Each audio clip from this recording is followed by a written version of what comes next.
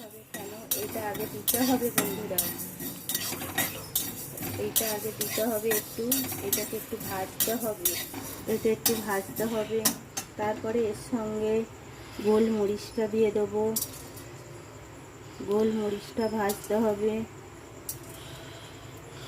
দুটো শুকনো লঙ্কাও এর সঙ্গে দিয়ে দেবো, দিয়ে এটাকে ভাজতে হবে।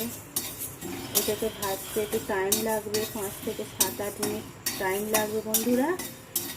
এটাকে ভালো করে ভেজে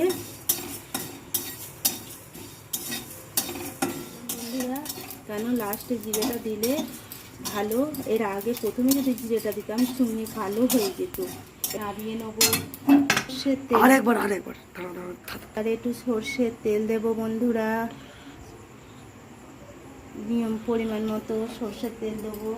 খুবই কম করেই দিলাম তেলটা, কেন তেল বেশি খাওয়া ভালো না।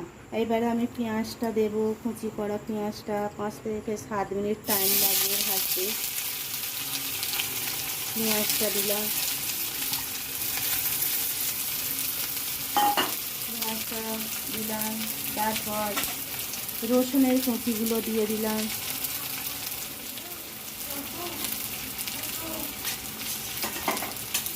আর একটু লবণ সামান্য দিয়ে দেবো, একটু সামান্য লবণ এতে দিয়ে দেবো পরিমাণ মতো। আমার আলু যতটা সিদ্ধ করা আছে পরিমাণ মতো লবণ একটু দিয়ে দিলাম।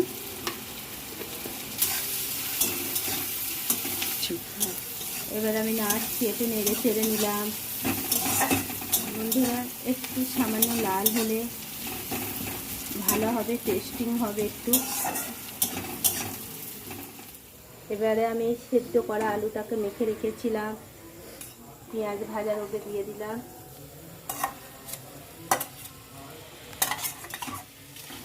ছিল তাকে আমি মিক্সারে একটু গুঁড়িয়ে নিয়েছি, এই মশলাটাকে সব দিয়ে দেবো।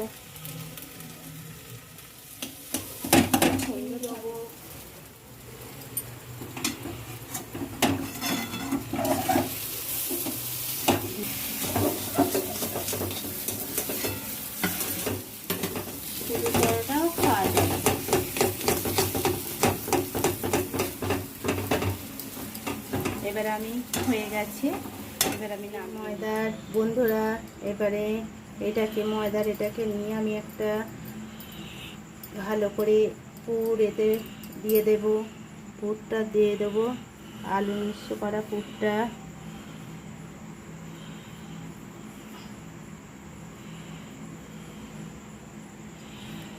দেওয়ার পর এটাকে ভালো করে এর সঙ্গে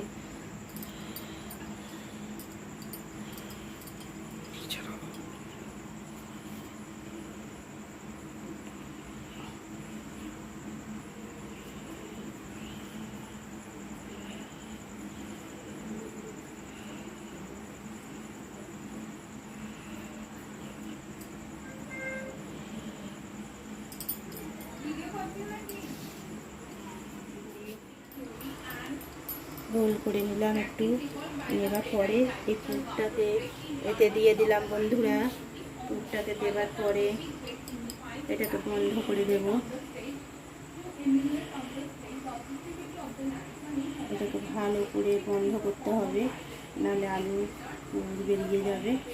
আলু চাপিয়ে চাপিয়ে এটাকে ভালো করে গোল করে নিতে হবে। আমি গ্যাস অন করলাম বন্ধুরা, বসিয়ে দিলাম।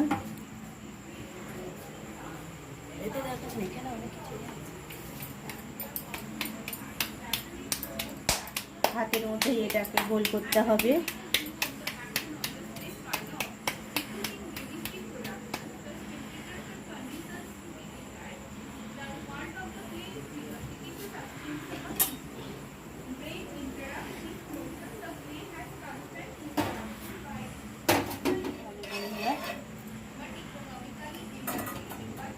দিয়ে পরোটাকে দিলাম বন্ধুরা, খুব সুন্দর হয়েছে বন্ধুরা, খেতে নিশ্চয়ই ভালো লাগবে। আপনারা বানিয়ে দেখবেন, একবার অন্তত বানিয়ে দেখবেন আলুর পরোটাটা। আমার হয়ে গেল, রাখছি আমি।